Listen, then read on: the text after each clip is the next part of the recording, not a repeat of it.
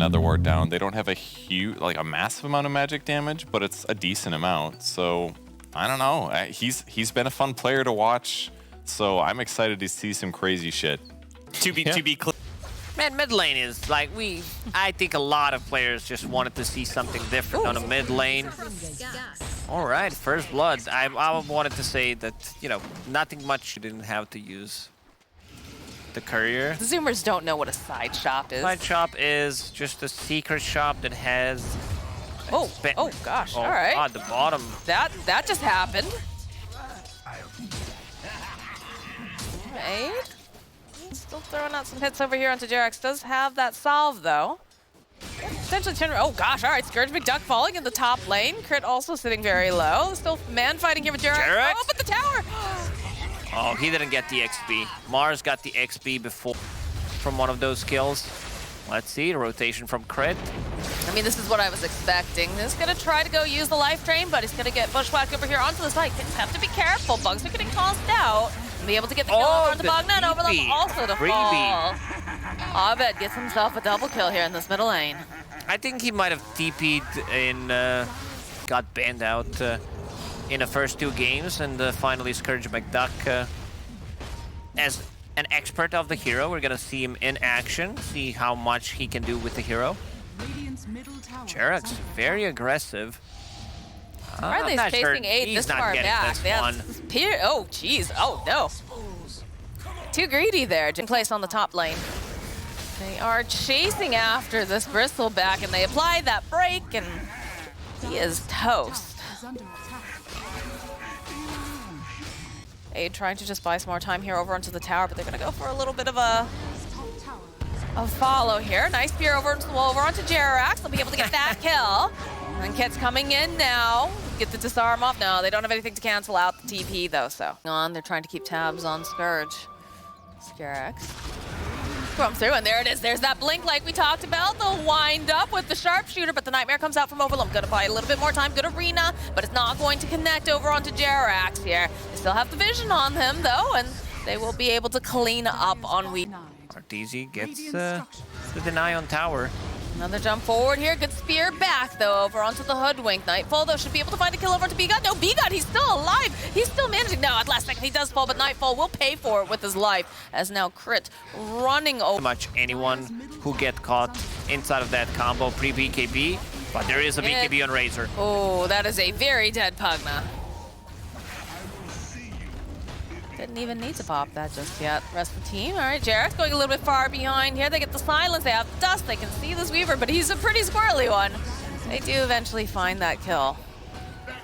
Arteezy getting out of the pit immediately. So that's the question. Blink forward here. Silence to follow up with the arena over onto the back lines, but they have the BKB. Overlum trying to best. He's going to just get off that ult, but still going to die, as is Aid.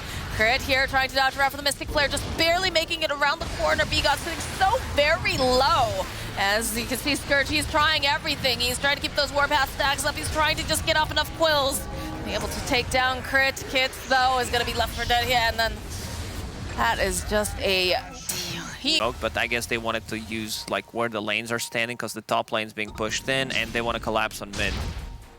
Jerax scouting things out. Indeed, the jump forward here from Nightfall. With the silence off over onto Arteezy, but Kit's already sitting very, very low. Scourge trying to just lead away here, I guess.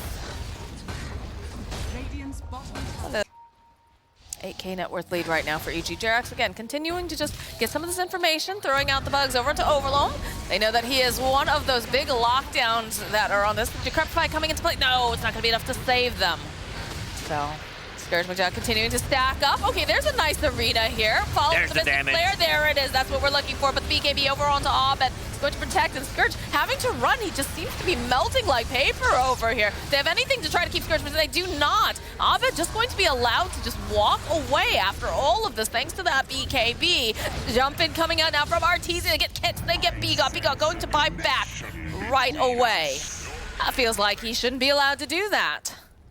Abed went through Tier 3 tower in a mid lane, used 2 BKBs, 2 static links, and went out of the Tier 3 tower on a bottom lane. Aid's gonna drop as well. They gotta definitely support, have more but- than enough damage. I mean, the break mechanic against Mars, against the Bristle, is gonna be good off very quickly. I mean, Bristleback with the shard, with the axe, he's gonna be good, but I'm a little worried about Pugna. He's net worth not so great. He's in the middle of the pack. Like Dragonite has more farm than him, and Oh dear, that is just a good initiation mark. again. And that's their basic questions asked here. And over on the side, they have a whole other skirmish going on over in the mid lane. Even if they lose a hero or two, that's still gonna be fine, but it doesn't seem they're gonna lose anyone. AC plus Teso plus Skelly Bros, too much damage. And I mean, we can see some difference in the experience, like how they approach these fights. And this is what, you know, we haven't seen too much because there's always gonna be someone to defend, but hold that thought. Kits was getting jumped on. They do manage to find the Hoodwink this time around, so there's not going to be as much of that break mechanic being applied over, but Scourge is going to fall already as Aid already looking very, very low thanks to that Spirit Vessel and all the damage. Be able to take down RTs the first time, but they need to do more than that, and these are just the supports here. Overall is going to fall. Follow up, they had the Mystic Flare. They just didn't have anything to hold them into place as the jump forward over onto Nightfall into the base continues as B-God having to be careful. He is going to fall, and it's just little Kits. And yeah, it's still just little Kit standing all by himself. This is looking rough for the cut as Kits just gets the life drain off, and immediately the sun coming out from Nightfall will be able to follow up this war, just doing hardly anything to these guys as Kits will fall. The GG gets called.